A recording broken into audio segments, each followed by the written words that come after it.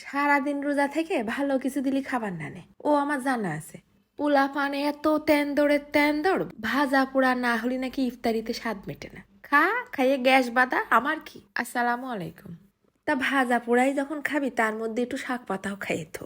দুটো মিডিয়াম সাইজের আলু নিছি মাত্র, প্রেসার কুকারে সাইডে বাসি দিয়ে সিদ্ধ করে আনি। বেশি না, এক মুঠখানিক মটরশুঁটি ঢেলে দিলাম পানির মধ্যে, দিয়ে দিছি একটুখানি নুন আর একটুখানি হলদির গুঁড়ো আর এক চিমটি খানিক ঝালের গুঁড়ো দিয়ে 10 মিনিট ফুটাই নেব।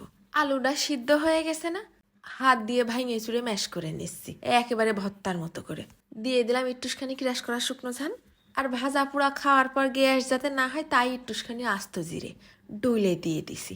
এইবার দিলাম বেশ কিছুটা ধনে পাতা কুচি, তারপরে খানিকটা নুন আর একটুখানি সর্ষের তেল চটকায় মাখায় নেবো ভর্তার মতো করে যতটা নরম করা যায়। সিদ্ধ মটরশুঁটিগুলো আবার পানি থেকে তুলে নিয়ে এসে ফেলাই দিলাম আলু ভর্তার মধ্যে, এগুলোও আলতো করে মাখাই নেব, তবে মটরশুঁটিগুলো যেন আস্তে আস্তেই থাকে।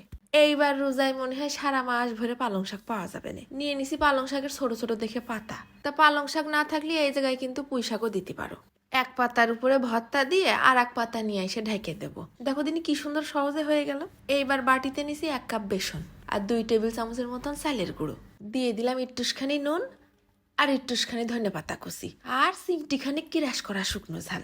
একটু করে পানি দিয়ে গুলাই নেব। ঘপ করে বেশি পানি দিও না, যেন আবার পাতলা হয়ে যায়। বেশি পাতলাও হবে না, বেশি ঘনও হবে না। পালংয়ের চপটা বেসনের ভিতরে ডুবালি যেন পাতার শেপটা বোঝা যায়। এবার ওই একই রকম তেল গরম করে চুলো রাসটা কমাই দিছি, তারপরে একে একে ফেলাই দিলাম সবগুলো পালংয়ের চপ। মিডিয়াম আছে উল্টে পাল্টে বেশ সময় নিয়ে মুসমুসে করে ভেজে নেব। যে কোনো কালার করে ভেজে তুলতে পারো। মারাত্মক স্বাদের হয়েছে, যেই রকম হয়েছে মুসমুসে সেই রকম খাতি লাগিছে মজা। কয়টা একটু বেশি লাল করেছি আর কয়টা একটু হলদে রাখিছি। উপরটা কুড়মুড়ে আর ভিতরটা একেবারে নরম। চাবানোর সাথে আলু ভর্তা আর মাঝে মধ্যে মটরশুঁটি পড়তেছে দাঁতের নিচে। তা বেশ বানানোর পর 2 থেকে 3 ঘন্টা মুসমুসে ছিল। শুধু ইফতারিতে না, বাচ্চার টিফিনে সন্ধ্যের নাস্তায়ও এইরকম করে বানাই দিতে পারো। নে শাক খা, সাথে মটরশুঁটিও খাওয়া হলো, আর সস দিয়ে খাতি তো কথাই নেই।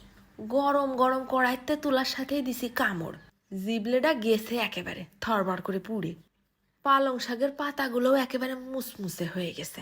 দেখিস পাতার শেপটাও ঠিক আছে। তা আসলে সত্যি কথা, সারাদিন রোজা থেকে সন্ধ্যেবেলা একটু ঝাল ঝাল মুসমুসে কিছু খাতি মনে চায়। যে এরকম সহজ সেই রকম একটা মজার ইফতারি দেখাই দিলাম। জলদি করে শেয়ার করে রাখো। একঘেয়েমি ইফতারি খাতি যখন বিরক্ত লাগবে তখন পটাপট এরকম করে বানায় খেয়ে থোবা। রোজার মাসে তো আর ইফতারি খাইয়ে দেখাতে পারবার না, তাই আগেই ইফতারি দেখানো শুরু করে দিছি। তা আজকে আমি খাতে খাতেই চলে গেলাম। ধন্যবাদ।